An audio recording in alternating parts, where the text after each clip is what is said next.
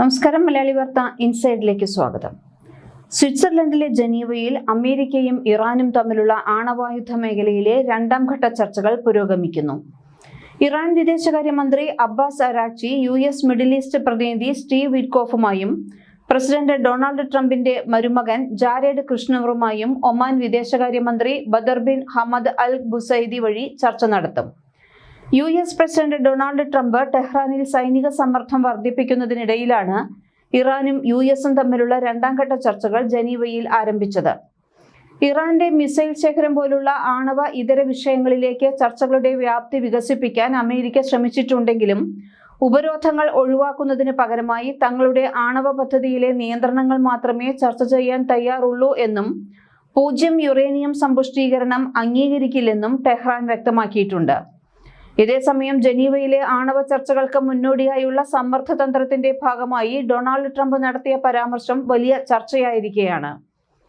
B2 spirit ബോംബറുകളെയും അവ വഹിക്കുന്ന bunker buster ബോംബുകളെയും കുറിച്ചുള്ള മുന്നറിയിപ്പ് ഇറാനെ സംബന്ധിച്ചിടത്തോളം വളരെ ഗൗരവകരം തന്നെ. അമേരിക്കൻ വ്യോമസേനയുടെ ശക്തിയുടെയും സാങ്കേതിക മികവിന്റെയും പ്രതീകമാണ് B2 സ്പിരിറ്റ് സ്റ്റെൽത്ത് ബോംബർ വിമാനം. റഡാറുകളുടെ കണ്ണു വെട്ടിച്ചു പറന്ന് അതീവ പ്രഹരശേഷിയുള്ള ബോംബുകൾ വർഷിക്കാൻ കഴിവുള്ള ഈ വിമാനം ഹോളിവുഡ് സിനിമകളിലൂടെയും സമീപകാലത്തെ ഇസ്രയേൽ-ഇറാൻ സംഘർഷത്തിലൂടെയും ലോകശ്രദ്ധ നേടിയിട്ടുണ്ട്. ലോകത്തിലെ ഏറ്റവും മാരകമായ യുദ്ധവിമാനങ്ങളിൽ ഒന്നാണ് B2 സ്പിരിറ്റ് ബോംബർ. ഇതിന്റെ പ്രത്യേകതകൾ ഇവയാണ്. സ്റ്റെൽത്ത് സാങ്കേതികതയാണ് ആദ്യമായി പറയേണ്ടത്. റഡാറുകളുടെ കണ്ണിൽപ്പെടാതെ ശത്രുരാജ്യത്തിന്റെ ആകാശ സീമയിലേക്ക് കടന്നുകയറാൻ ഈ വിമാനത്തിന് സാധിക്കും. ഇതിന്റെ പ്രത്യേക ആകൃതിയും പുറത്തുള്ള കോട്ടിങ്ങും റഡാർ തരംഗങ്ങളെ ആഗിരണം ചെയ്യുന്നു. ദൂരപരിധി അമേരിക്കയിൽ നിന്ന് പറന്നുയർന്ന് ലോകത്തിന്റെ ഏതു ഭാഗത്തും ബോംബ് വർഷിച്ച് തിരികെ വരാനുള്ള ശേഷിയുണ്ട് ഇതിന്. ഇടയ്ക്ക് വെച്ച് ഇന്ധനം നിറയ്ക്കുകയും ചെയ്യാം. ആയുധശേഷിയിലും വളരെ മുന്നിലാണ് ഈ വിമാനം. ആണവായുധങ്ങളും സാധാരണ ബോംബുകളും ഒരുപോലെ വഹിക്കാൻ ഇതിന് കഴിയും. ഏകദേശം 18,000 കിലോഗ്രാം ആയുധങ്ങൾ ഇതിൽ കൊള്ളും. ഇറാനെ പോലുള്ള രാജ്യങ്ങൾ അവരുടെ ആണവ പരീക്ഷണശാലകളും സൈനിക കേന്ദ്രങ്ങളും ഭൂമിക്കടിയിൽ വളരെ ആഴത്തിൽ കട്ടിയുള്ള കോൺക്രീറ്റ് പാളികൾക്കും പാറകൾക്കും ഉള്ളിലാണ് നിർമ്മിച്ചിരിക്കുന്നത്. സാധാരണ ബോംബുകൾ ഇവിടങ്ങളിലൊന്നും ഫലിക്കില്ല. ഇവിടെയാണ് ബങ്കർ ബസ്റ്ററുകളുടെ പ്രസക്തി വരുന്നത്. ഈ ബോംബ് വിമാനത്തിൽ നിന്ന് വിട്ടാൽ അത് വെറുമൊരു സ്ഫോടനമല്ല ഉണ്ടാക്കുന്നത്, മറിച്ച് അതിന്റെ ഭാരവും വേഗതയും ഉപയോഗിച്ച് ഭൂമിക്കടിയിലേക്ക് ഏകദേശം 200 അടി വരെ തുളച്ചു കയറുന്നു. അതിനുശേഷം മാത്രമേ ഇത് പൊട്ടിത്തെറിക്കൂ. ഭൂമിക്കടിയിലെ അതീവ സുരക്ഷിതമായ ലാബുകൾ, കമാൻഡ് സെന്ററുകൾ എന്നിവ തകർക്കാൻ രൂപകൽപ്പന ചെയ്തതാണ് ഇവ. നിലവിൽ ഈ ഭീമൻ ബോംബ് വഹിക്കാൻ ശേഷിയുള്ള ഏക വിമാനം B2 ബോംബറാണ്. ഇറാൻ അവരുടെ ആണവ പദ്ധതികൾ ഭൂമിക്കടിയിലെ ഫോർഡോ പോലുള്ള കേന്ദ്രങ്ങളിലാണ് നടത്തുന്നത്. സാധാരണ വ്യോമാക്രമണം കൊണ്ട് ഇത് തകർക്കാൻ കഴിയില്ല. എന്നാൽ B2 ബോംബറുകൾ ഉപയോഗിച്ച് ബങ്കർ ബസ്റ്ററുകൾ പ്രയോഗിച്ചാൽ ഇറാന്റെ ഭൂഗർഭ കേന്ദ്രങ്ങൾ പോലും സുരക്ഷിതമായിരിക്കില്ല എന്ന ശക്തമായ സന്ദേശമാണ് ട്രംപ് നൽകുന്നത്. അതായത് ചർച്ചകൾ പരാജയപ്പെട്ടാൽ സൈനിക നടപടി കടുപ്പമേറിയതാകും എന്ന ഭീഷണി കൂടിയാണ് ഇത്.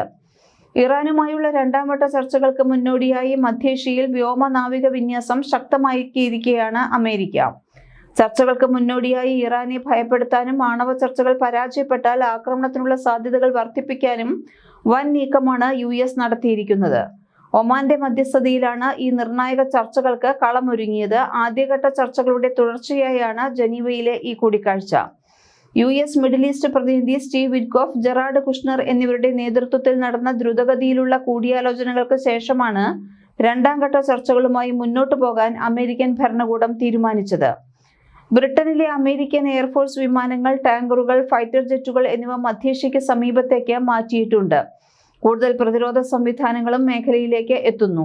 കൂടാതെ കഴിഞ്ഞ കുറച്ചാഴ്ചകളായി ജോർദാൻ, ബഹ്റൈൻ, സൗദി അറേബ്യ എന്നിവിടങ്ങളിലേക്ക് നിരവധി സൈനിക ചരക്ക് വിമാനങ്ങളാണ് എത്തിയതെന്ന് CNN റിപ്പോർട്ട് ചെയ്തിരുന്നു. കഴിഞ്ഞ ദിവസം ജോർദാൻ വ്യോമാതിർത്തിയിൽ പ്രവേശിക്കാൻ US യുദ്ധവിമാനങ്ങൾക്ക് അനുമതി ലഭിക്കുകയും ചെയ്തു. ജനുവരി അവസാനത്തോടെ 12 അമേരിക്കൻ F-15 യുദ്ധവിമാനങ്ങളെ ജോർദാനിലെ മുവാഫഖ് സാൾട്ടി വ്യോമത്താവളത്തിൽ വിന്യസിച്ചിട്ടുണ്ട്.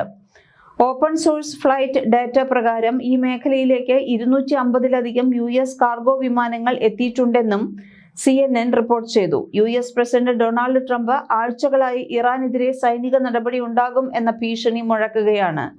ഇറാനിൽ ഭരണമാറ്റം സംഭവിക്കുന്നത് ഏറ്റവും നല്ല കാര്യമായിരിക്കും എന്നാണ് വെള്ളിയാഴ്ചയും ട്രംപ് പറഞ്ഞത്. ഇറാനിൽ ഭരണമാറ്റം വേണമെന്ന് ട്രംപ് ഭരണകൂടത്തിന്റെ ആവർത്തിച്ചുള്ള ഭീഷണിയും മേഖലയിലേക്കുള്ള സൈനിക വിന്യാസങ്ങളും മധ്യേഷ്യയെ അങ്കലാപ്പിലാക്കിയിട്ടുണ്ട്. അതുകൊണ്ട് തന്നെ ഇന്ന് ജനീവയിൽ നടക്കുന്ന ചർച്ചകൾക്ക് വലിയ പ്രാധാന്യമാണ് ഉള്ളത്. ഈ ചർച്ചകളിൽ താൻ പരോക്ഷമായി പങ്കെടുക്കുമെന്ന് ട്രംപ് തിങ്കളാഴ്ച അറിയിച്ചിരുന്നു. US ഭാഗത്തുനിന്ന് ട്രംപിന്റെ പ്രതിനിധി സ്റ്റീവ് വിറ്റ്കോഫും അദ്ദേഹത്തിന്റെ മരുമകൻ ജാരഡ് കുഷ്ണറും ഇറാനിൽ നിന്ന് വിദേശകാര്യമന്ത്രി അബ്ബാസ് അരാക്ചിയുമാണ് പ്രധാനമായും ചർച്ചയിൽ പങ്കെടുക്കുന്നത്.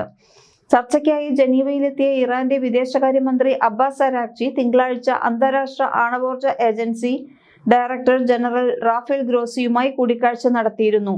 US-ഉമായും നീതിപൂർവവും സന്തുലിതവുമായ കരാർ ഉണ്ടാക്കുകയാണ് ലക്ഷ്യമെന്നാണ് അരാക്ചി പറഞ്ഞത്.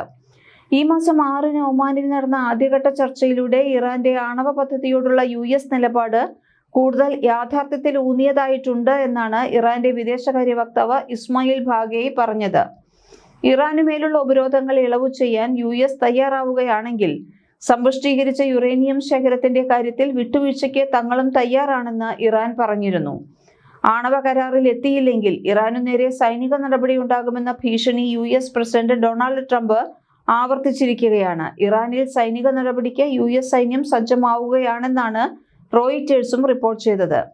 ഇറാൻ തീരത്തോട് ചേർന്ന് 3 ആഴ്ചയോളമായി നങ്കൂരമിട്ടിരിക്കുന്ന എബ്രഹാം ലിങ്കൺ എന്ന വിമാനവാഹിനിക്ക് പുറമെ ഏറ്റവും വലിയ വിമാനവാഹിനി കപ്പലായ ജെറാൾഡ് ആർ ഫോർഡിനെയും പശ്ചിമേഷ്യയിൽ വിന്യസിക്കാൻ US നിർദ്ദേശം നൽകിയതായാണ് റിപ്പോർട്ട്. 5000-ലധികം സൈനികരുള്ള എബ്രഹാം ലിങ്കൺ വിമാനവാഹിനി കപ്പലിൽ F-35 അടക്കമുള്ള 90ഓളം യുദ്ധവിമാനങ്ങളാണ് ഉള്ളത്. ഇറാനിൽ നിന്ന് ഏകദേശം 700 കിലോമീറ്റർ അകലെ ഒമാൻ തീരത്താണ് നിലവിൽ കപ്പലുള്ളതെന്നാണ് BBC റിപ്പോർട്ട് ചെയ്തിരിക്കുന്നത്. പശ്ചിമേഷ്യയിൽ 12ഓളം US യുദ്ധക്കപ്പലുകൾ വിന്യസിക്കപ്പെട്ടിട്ടുണ്ട് എന്നും BBC പറയുന്നു. ഇതിനിടെ US സമ്മർദ്ദതന്ത്രം പയറ്റുന്ന സാഹചര്യത്തിൽ ഇറാൻ റവല്യൂഷണറി ഗാർഡ് കോർപ്സ് തിങ്കളാഴ്ച ഹോർമുസ് കടലിടുക്കിൽ സൈനികാഭ്യാസം തുടങ്ങിയിട്ടുമുണ്ട്.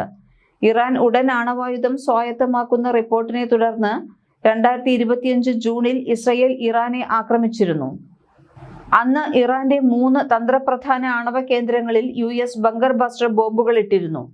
60% പരിശുദ്ധിയിൽ സമ്പുഷ്ടീകരിച്ച 400 കിലോഗ്രാം യുറേനിയം ഇറാന്റെ പക്കലുണ്ട് എന്നാണ് IAEA-യുടെ കണക്ക്. ആണവായുധമുണ്ടാക്കാൻ 90% പരിശുദ്ധിയിൽ യുറേനിയം സമ്പുഷ്ടീകരണം ആവശ്യമാണ്. അതേസമയം സിവിലിയൻ ആവശ്യങ്ങൾക്ക് വേണ്ടിയുള്ള സമ്പുഷ്ടീകരണമേ നടത്തുന്നുള്ളൂ എന്നാണ് ഇറാൻ അവകാശപ്പെടുന്നത്. US മധ്യസ്ഥതയിൽ റഷ്യയുടെയും യുക്രൈന്റെയും പ്രതിനിധികൾ തമ്മിലുള്ള ചർച്ചയും ബുധനാഴ്ച ജനീവയിൽ നടക്കും. തങ്ങൾക്ക് മേൽ ചുമത്തിയിട്ടുള്ള സാമ്പത്തിക ഉപരോധങ്ങൾ നീക്കം ചെയ്യുകയാണെങ്കിൽ ആണവ കരാറിൽ വിട്ടുവീഴ്ചകൾക്ക് തയ്യാറാണെന്നാണ് ഇറാൻ നേരത്തെ വ്യക്തമാക്കിയിരുന്നത്. ഇറാന്റെ ഈ അനുകൂല നിലപാടിനോട് വളരെ പോസിറ്റീവായ രീതിയിൽ തന്നെയാണ് അമേരിക്കയും പ്രതികരിച്ചത്. പ്രശ്നങ്ങൾ ചർച്ചകളിലൂടെ പരിഹരിക്കാനാണ് തങ്ങൾ മുൻഗണന നൽകുന്നതെന്ന് American state secretary Marco Rubio വ്യക്തമാക്കുകയും ചെയ്തിട്ടുണ്ട്. ഇറാന്റെ വിട്ടുവീഴ്ച സന്നദ്ധതയെ അമേരിക്ക സ്വാഗതം ചെയ്തതോടെയാണ് ചർച്ചകൾക്ക് വഴിതെളിഞ്ഞത്. ആണവ പദ്ധതികളുമായി ബന്ധപ്പെട്ട് വർഷങ്ങളായി നിലനിൽക്കുന്ന തർക്കങ്ങൾക്കും ഉപരോധങ്ങൾക്കും ഈ ചർച്ചകളിലൂടെ പരിഹാരം കാണാൻ കഴിയുമെന്നാണ് ലോകരാജ്യങ്ങൾ കരുതുന്നത്. സംഘർഷം ലഘൂകരിക്കപ്പെടുന്നത് പശ്ചിമേഷ്യയിലെ വിപണിയെയും എണ്ണവിലയെയും അനുകൂലമായി ബാധിക്കാൻ ഇടയുണ്ട്. ഇറാൻ വിദേശകാര്യമന്ത്രിയുടെ ജനീവ സന്ദർശനം ഈ ലക്ഷ്യത്തിലേക്കുള്ള വലിയൊരു ചുവടുവയ്പായാണ് നയതന്ത്ര വിദഗ്ധർ വിലയിരുത്തുന്നത്. മലയാളി വാർത്ത ഇൻസൈഡ്.